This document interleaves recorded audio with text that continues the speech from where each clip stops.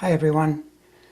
As many of you know by now, Joe Biden ended his candidacy for re-election and endorsed his Vice President, Kamala Harris.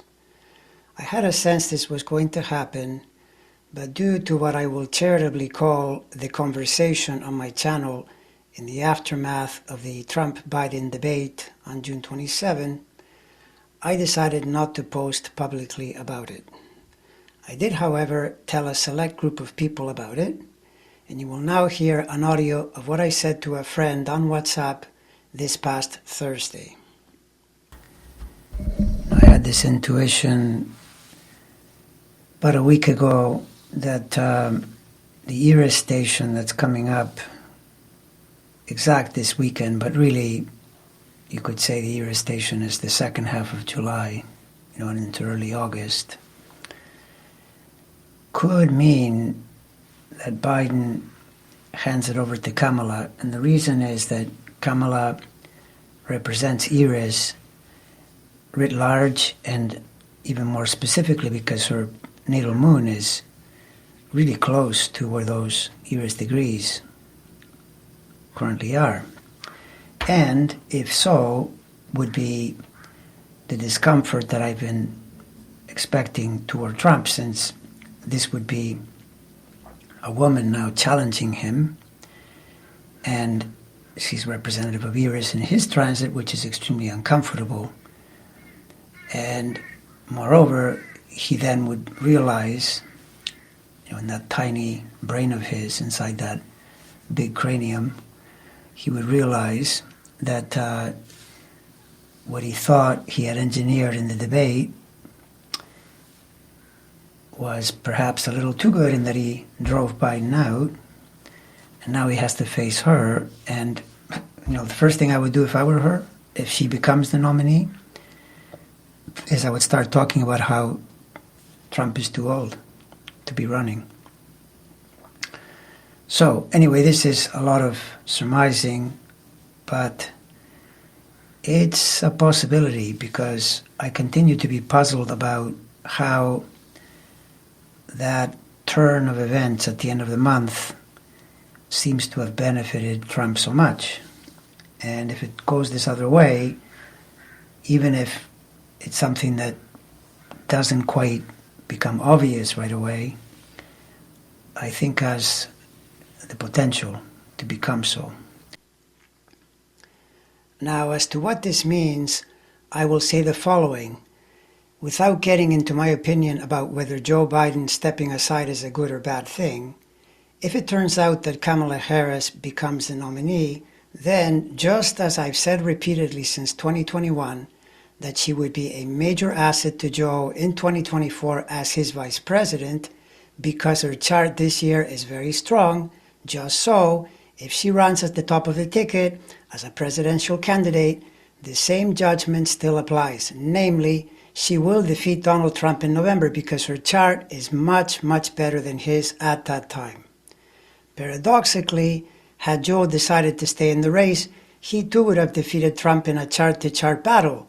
But unfortunately, he was unable to continue because there were planetary pressures in his chart that made his candidacy untenable, especially the current Saturn transit in his chart, a very problematic conjunction that correlated with on-the-ground conditions he was unable to overcome. So now, this just means in November, if she is the nominee, and I think the odds are very high that she will be, then Joe will experience the happiness of seeing her win, because in the final analysis, Joe Biden is a great president and a great human being who fully understands the stakes in this election, meaning he is fully committed to making sure the orange degenerate never gets near the White House again.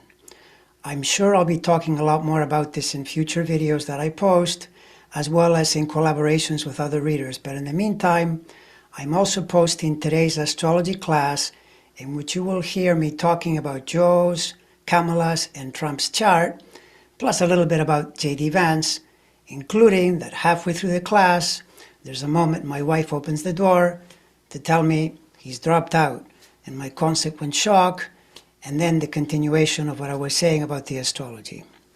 Enjoy, and I will soon be posting more videos on all of this.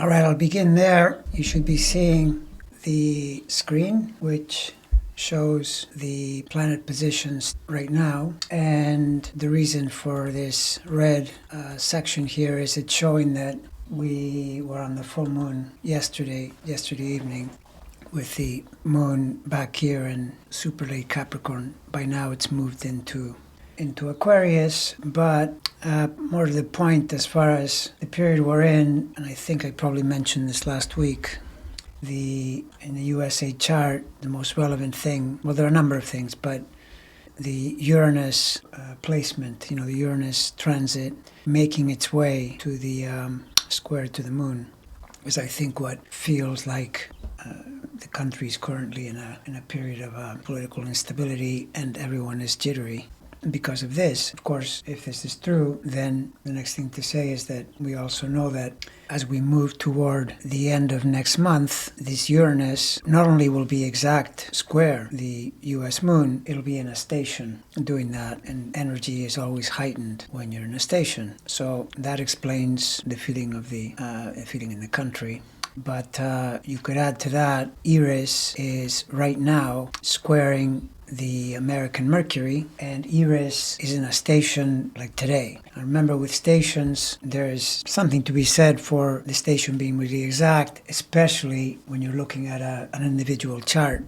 Then it has a lot more significance to say a certain planet in someone's chart is tightly stationed. But if you're looking at a condition like this, the country, or for that matter, an individual experiencing a transit, the station is important, no doubt, but you also have to track it as at least 2 weeks on either side of the station. So then you would say from about the first week of July and into August is the Eris station. And I can vouch for this in that I've experienced stations, including the stations of Eris, in recent years where the effect of the station showed up a couple of weeks after the precise point. So what this means is that it takes us at least into August. You probably wouldn't want to count the station of Eris all the way into the late August period when Uranus is more stationary, but certainly now at this point in time.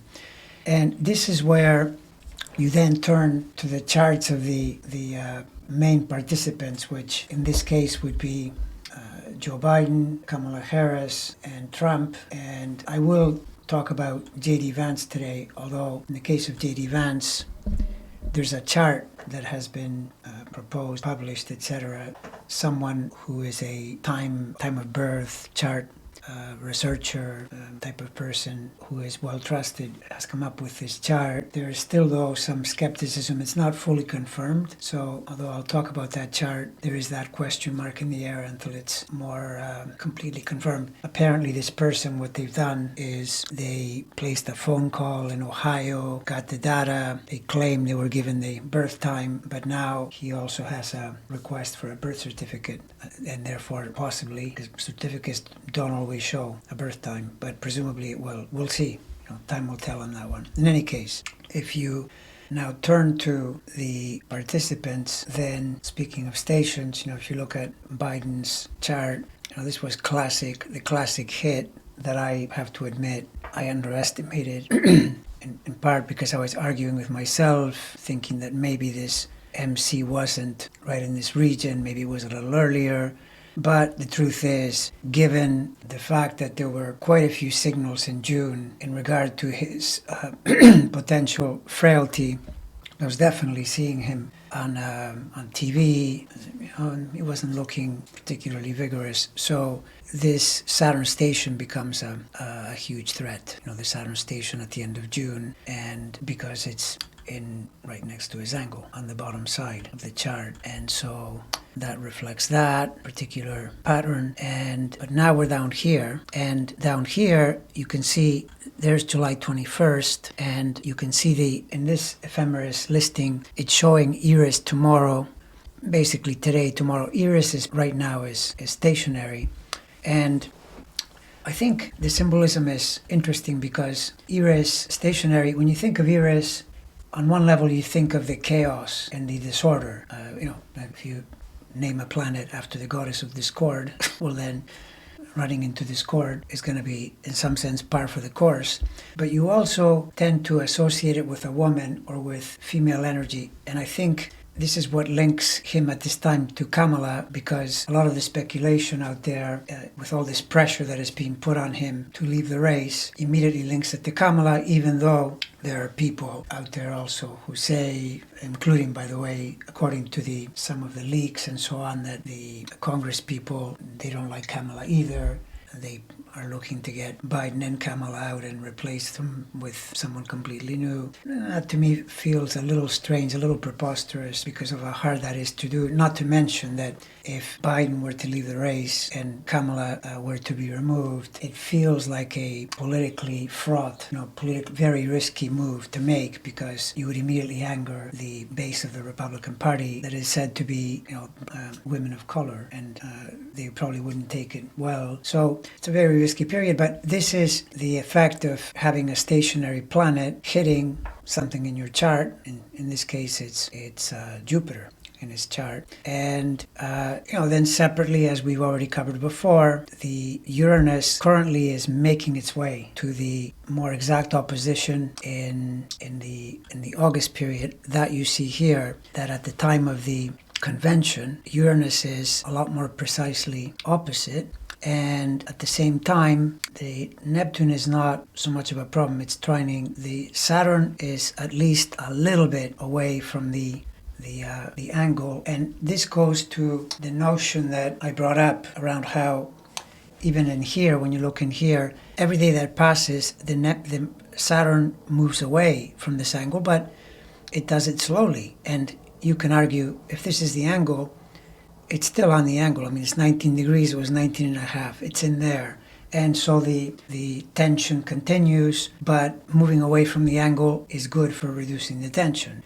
Of course, the problem is, you see it here. Saturn moves away from the tension point, but Uranus moves closer to a tension point. And you always look at the red lines, meaning oppositions, squares. In the sense of conjunctions, you look at the planet being on top of another planet. But you see that Uranus is squaring, Pluto is also squaring the moon, Uranus is opposing, and in fact, at convention time, you see that Mars and Jupiter, they are, especially Mars, Jupiter a little less so. Jupiter is moving that way, which is there by September, but Mars is definitely already there at convention time, squaring the midheaven. And you always think of these angles as suggesting change, dynamism, which Biden, it doesn't, in terms of his wishes as to how things would go, change is not the thing he's looking for, unless you say, well, he's hoping that it'll change to more acceptance. But having all this change energy, it has a feeling of threat, because if change happens, then it's changing the status quo, which is not what he wants. He is the status quo at this point in time. So, this chart does feature quite a bit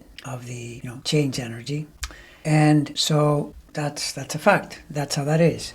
However, before I go much further, I'll repeat what I've said a whole bunch of times, and the so-called hill that I'm happy to die on in terms of the predictive power of astrology, which can, times become really tricky, very complicated, because you've got so many factors to consider, and you have to tie them into, bigger and bigger levels where you're looking at things like how this relates to the Civil War, blah, blah, blah. It can get really complicated, but nevertheless, I still say that if I compare the conditions for Joe Biden's chart, and I compare, or rather at first I coalesce, I look at his chart, I look at Kamala's chart, and then I look at this guy's chart, and to me, it's a kind of a one way or the other, meaning that Biden's chart is better than Trump's chart at election time, but so is Kamala's. And so therefore, and of course the fact that his chart is really problematic at election time. So this is why I still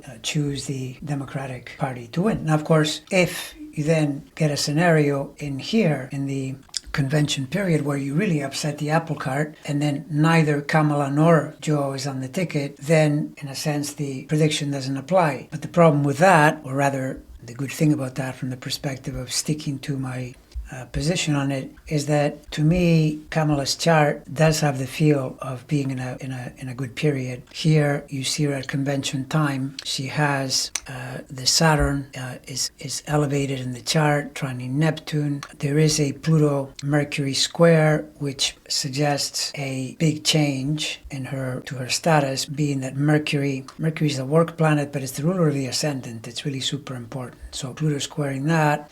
And then you've got the Neptune really elevated, and Mars and Jupiter Mars especially is making the square to Venus. But the most dominant feature here, or the most dominant positive position, would be the Jupiter moving closer and closer to her ascendant. And this is one of the interesting things that you have to compare. You're comparing and saying, to these people that say, okay, well, Trump has Jupiter in his chart near his sun, and this is what will bring him the win. But what they don't say is that Jupiter in October, you see it here, stations at 21 degrees, 2120, precisely opposite his moon, which separately, this is where again you have to have this bit of a flexible mind around you're tracking this period of time. And so right now, as we speak, Jupiter is not there yet. Jupiter is right now at 12 degrees. But when I'm doing charts, I look at the year, I look at the pattern for a person's connections, a person's behavior, and you can make a great case that a person's fate, in quotes, for the year is often defined by the stations. Where are the stations? What are they doing? This Jupiter is headed to a station at 21, so it's signaling already the energy of Jupiter, which in Trump's case, is the hyperbole, the exaggeration, but dangerously for him is the overconfidence. There's a sense now with the Republicans, they think they've got it in the bag.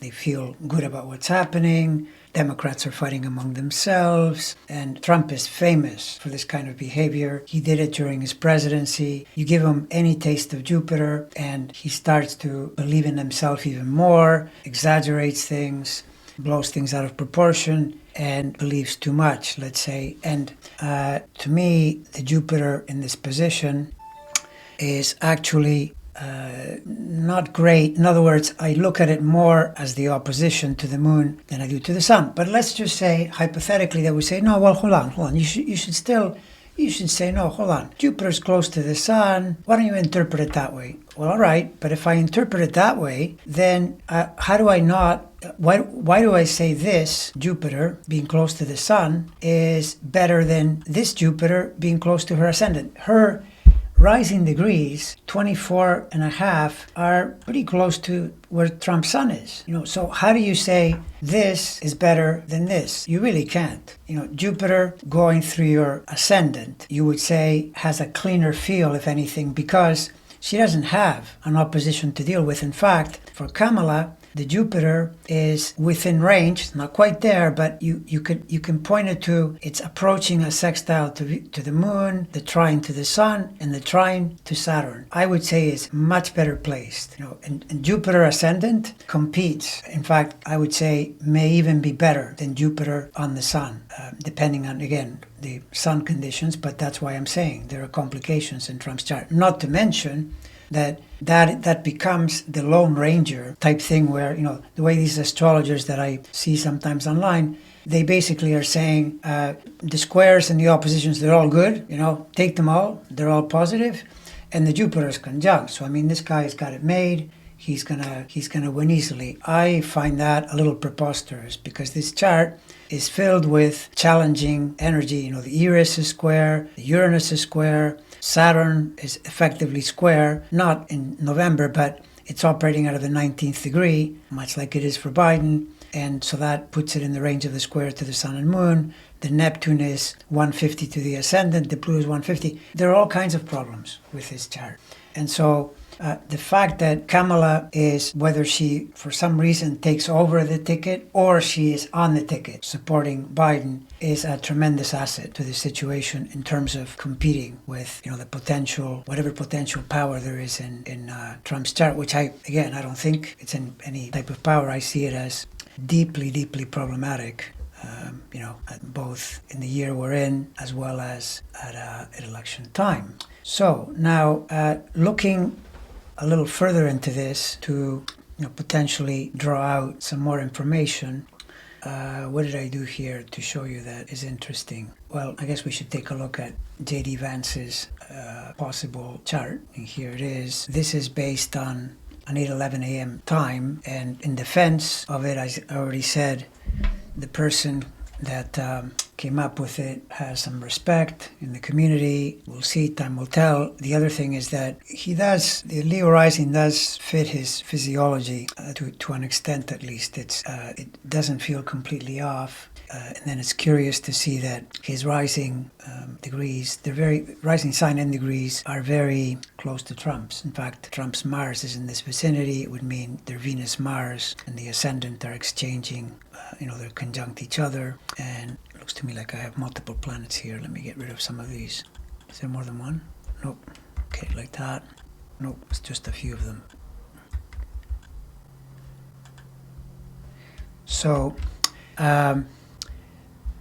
then probably the key factor in this chart, the obvious position that jumps out is the Uranus, because Uranus right now is right up on the midheaven, or the zenith, the top of the chart, which squares the ascendant. Like if these are his rising degrees, then basically, if we're looking at election time, by then Uranus is back in the 25th degree. But certainly in August, it's directly square. It's in the region. I mean, it's operating out of those degrees. In fact, you could even go further and say his MC at 22, the Uranus is in there as well, because Uranus will make a station early next year at 23. So there's a lot of Uranus happening, but it is Uranus at the top of the chart squaring. If you want to make a case for that being good, you say, well, it's elevated. It's powerful.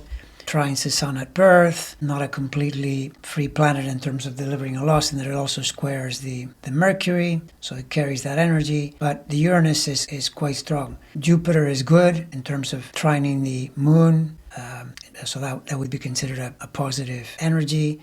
And then the Neptune and Pluto cycles, they're more problematic in that they're squaring, Neptune is squaring itself and Pluto squaring itself. And Neptune is also doing a 150 to Pluto, which wouldn't be considered all that good. But definitely this chart doesn't signal nearly as much trouble as Trump's does.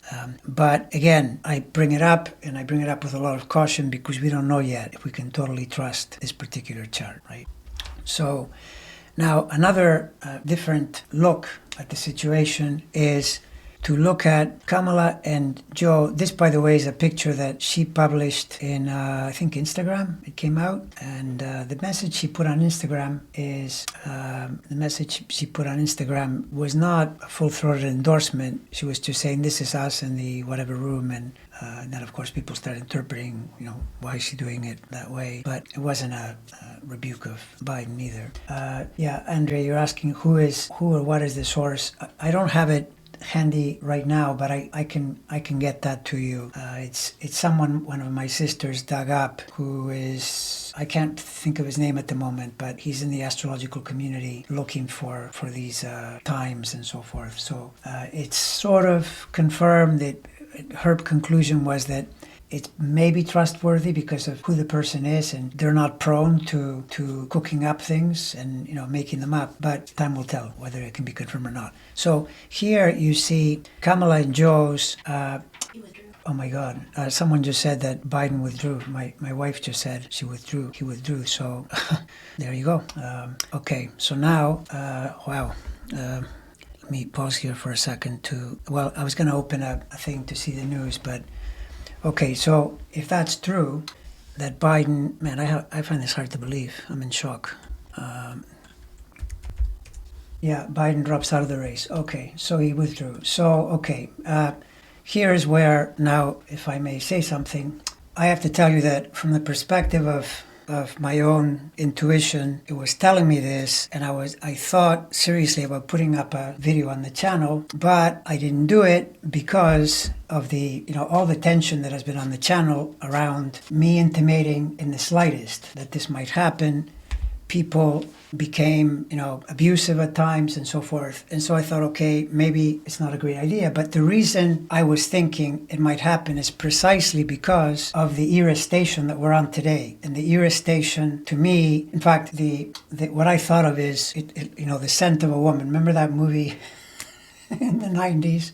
With Al Pacino, it's the thing that female energy is in the building. It's ever present, and the sense that this is the link to Kamala. In fact, I'm now going to say that my feeling is that she's going to be the top of the ticket. That's what's going to happen here. The fact that this happened on the era station, and here's the thing, right? Here's where you flip the script, right? And I know that Mary's commenting, "Oh no," with a lot of ohs, like how bad this is.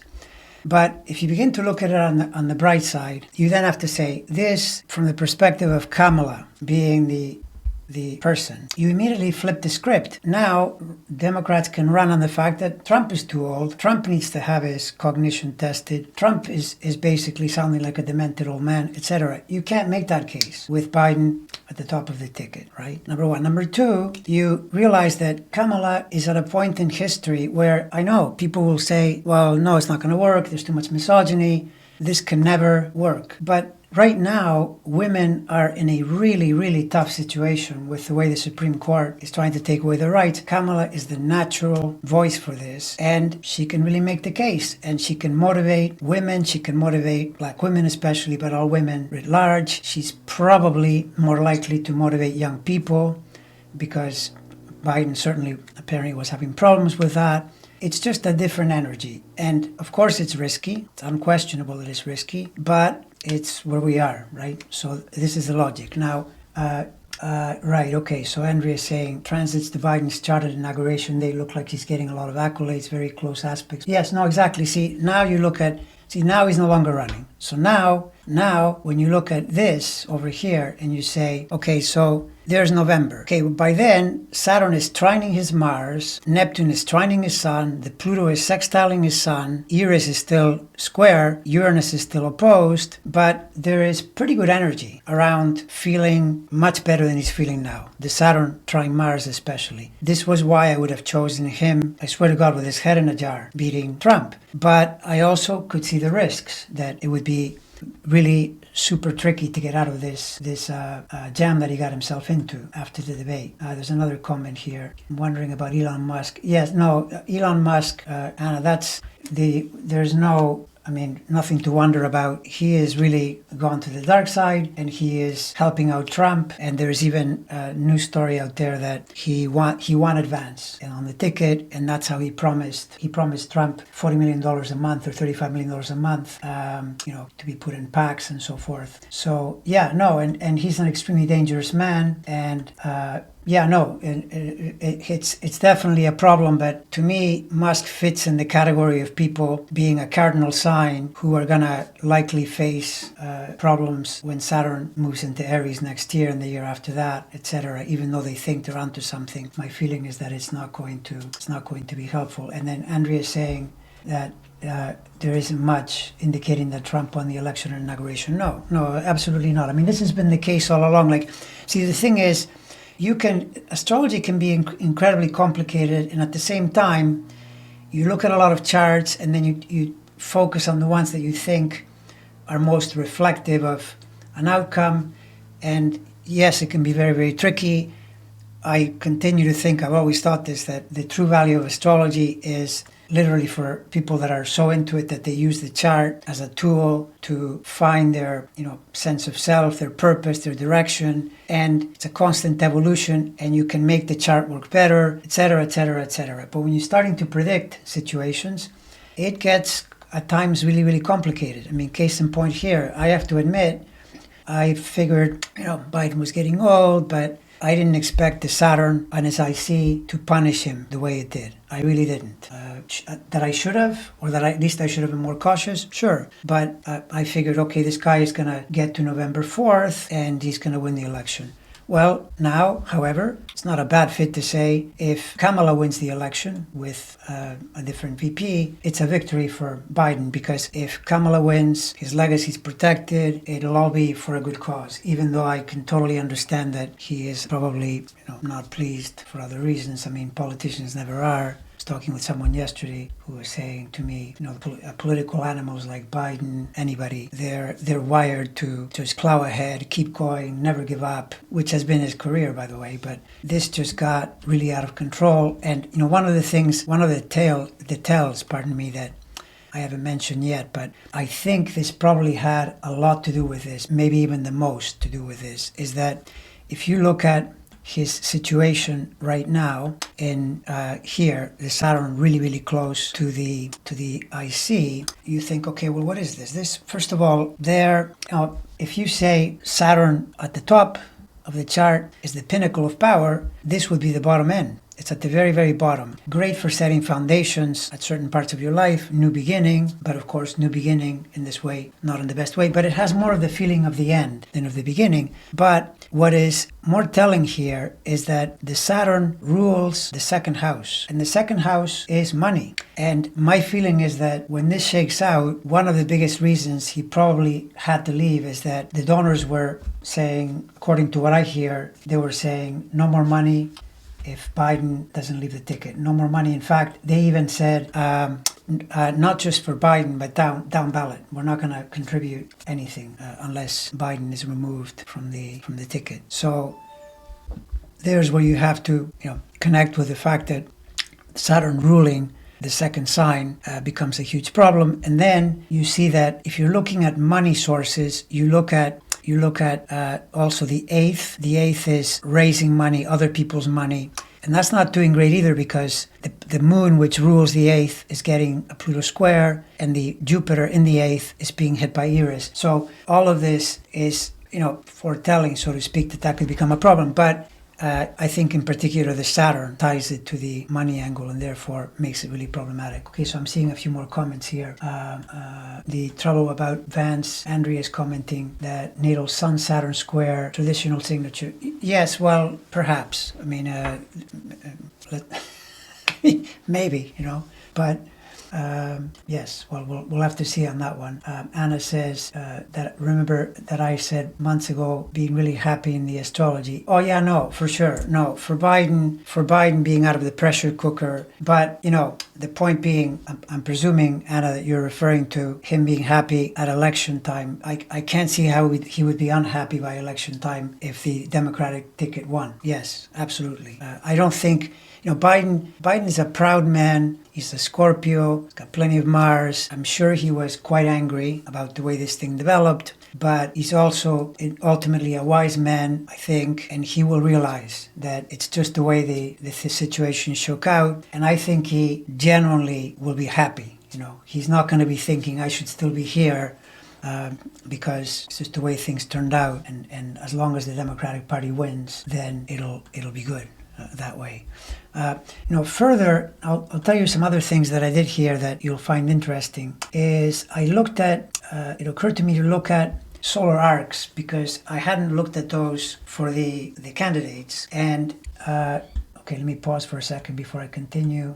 Yeah, that's right. Anna says that he'd be morose. No kidding. I mean, he'd be totally morose, because if they lose, then he'll think he should have stayed in. Or whatever. I don't know. We'll have to find out more about all of that as the story develops. But in any case, if you look at the solar arcs for Biden first, let's look there.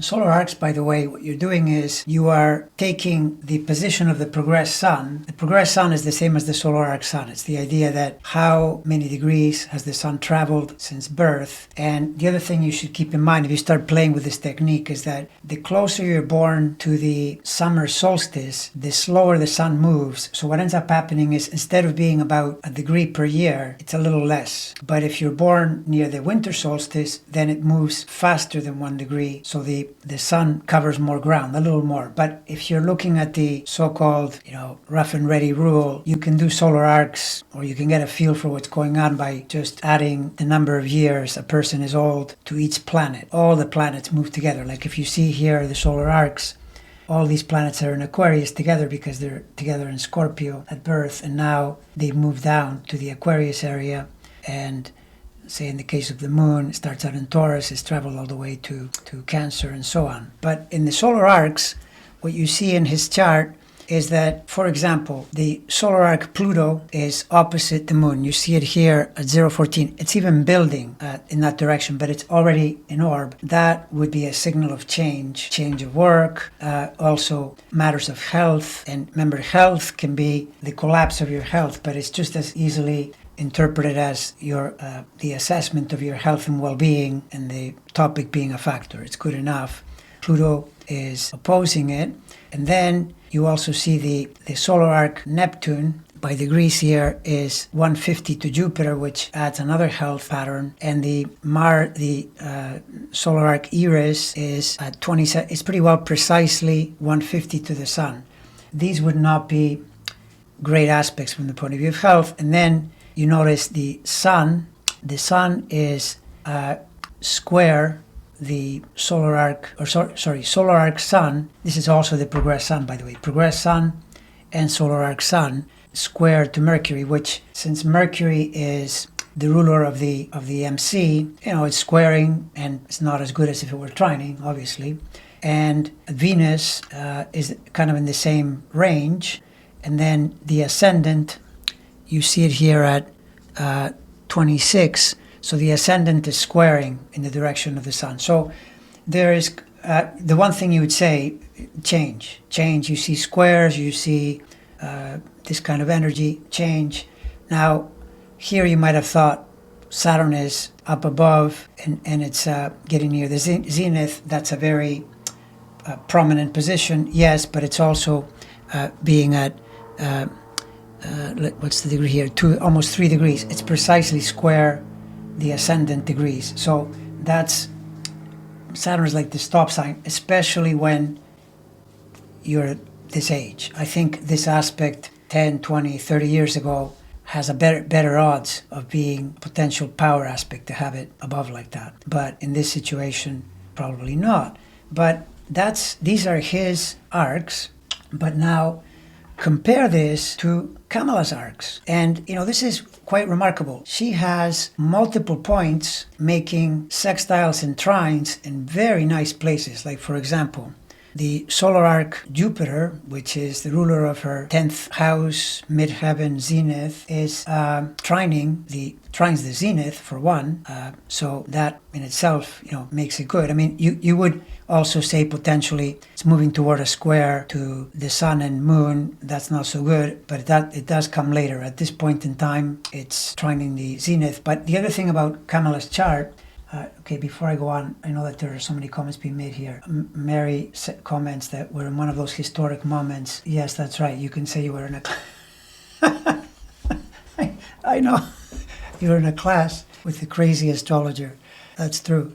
So was I, by the way. I mean, what can I say? Not the ideal place to receive the news, but yeah, we got to keep going. So, all right. So now, but here's the thing. The other thing about Kamala's chart is that, remember I said last week that she's 60 years old, and so her Uranus is just now going direct by progression because it's a 60-day span. And so Uranus is a really key planet. Now that would be in transit. Here I'm showing solar arcs. Uranus is in transit, is going over her, I'm sorry, not in transit, in progression. But Uranus in transit is going over her Jupiter.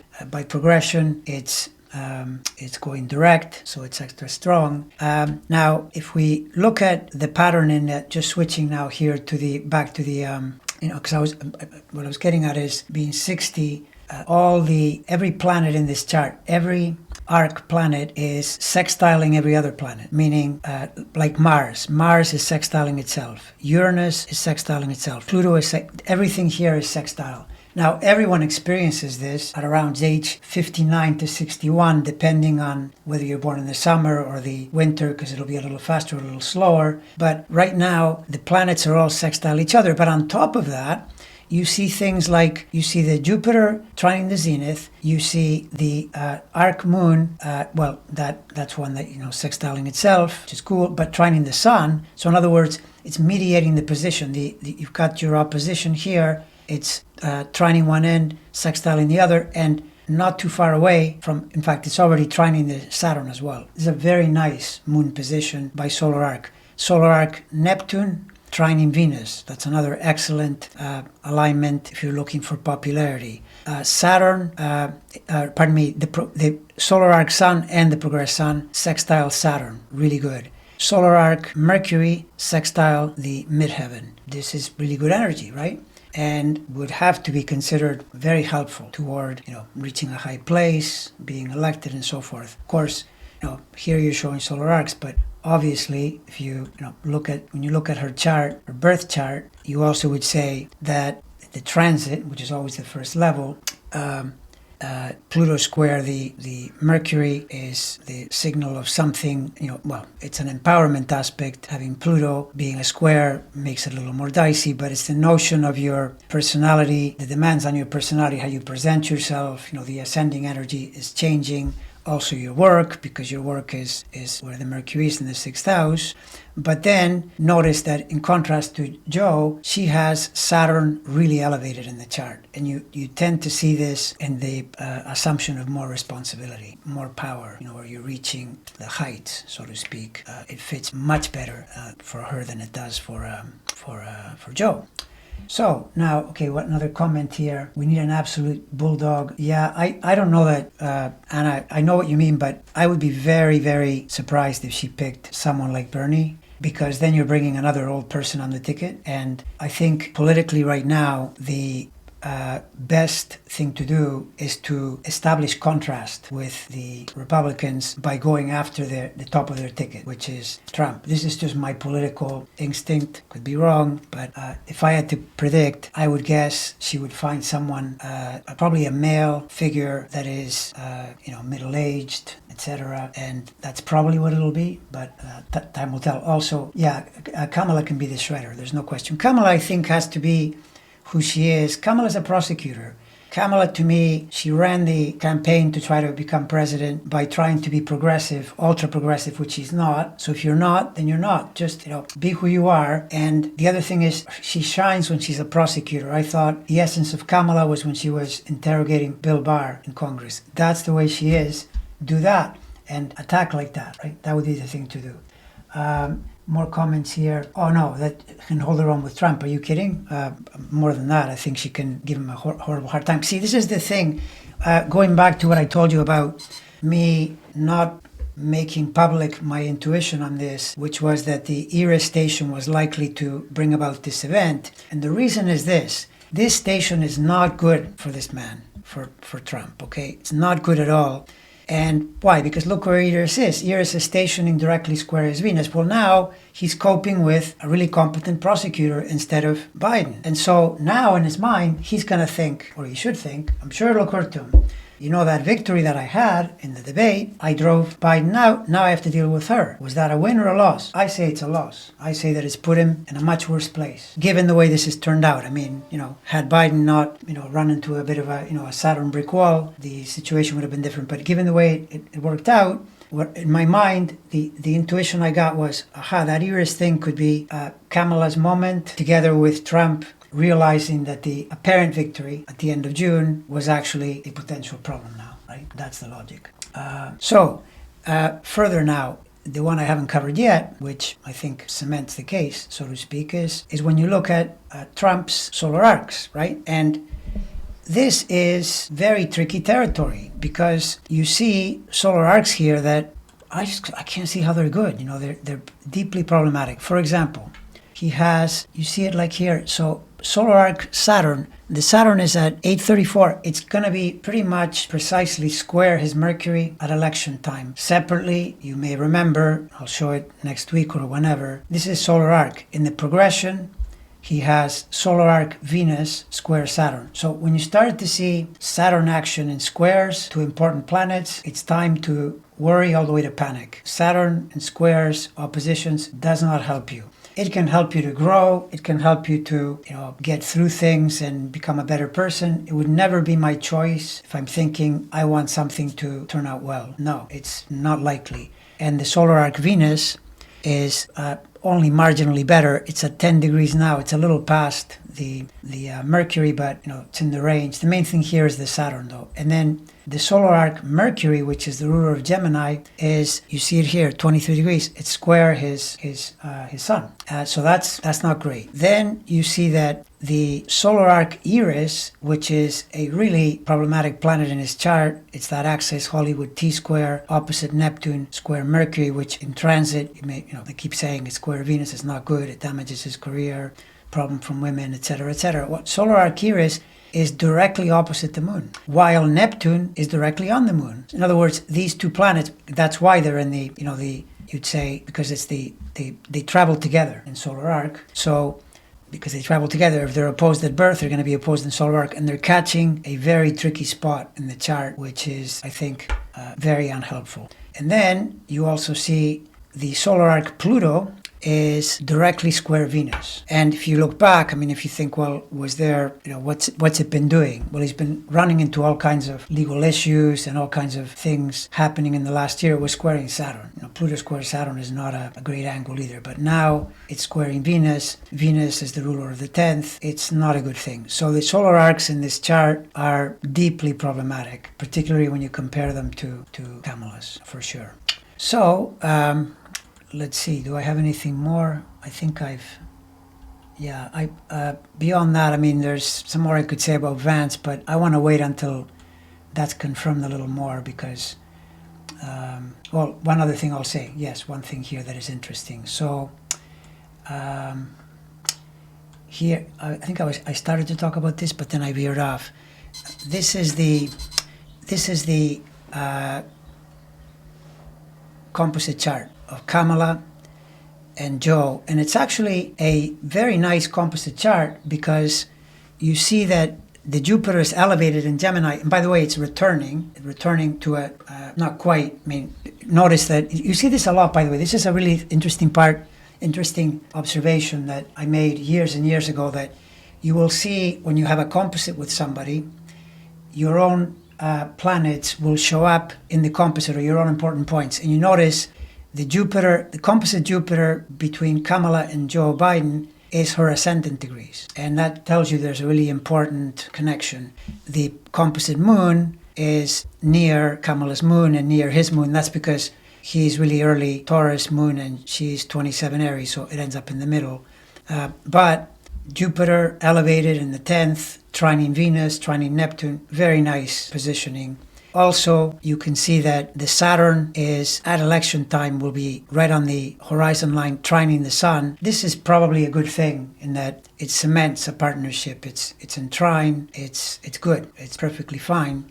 And you can see that this chart as a partnership is very, very good. Jupiter trining the Libra planets, Jupiter sextiling the moon, and then you have the moon trining Pluto and Pluto sextiling in this direction. Lots of really, really good energy in this composite chart, as well as, if you say, from the vantage point, like now they're no longer partners, but in a sense, they still are, insofar as the election will be held in November, which is still, it's not going to be the Biden-Harris ticket anymore, but it's going to be the Biden-Harris legacy, the fruits of this partnership. And to me, this is really good based on just alone on the Jupiter. You can add the Saturn position as well, but the Jupiter to me is what signals, that the situation is quite good.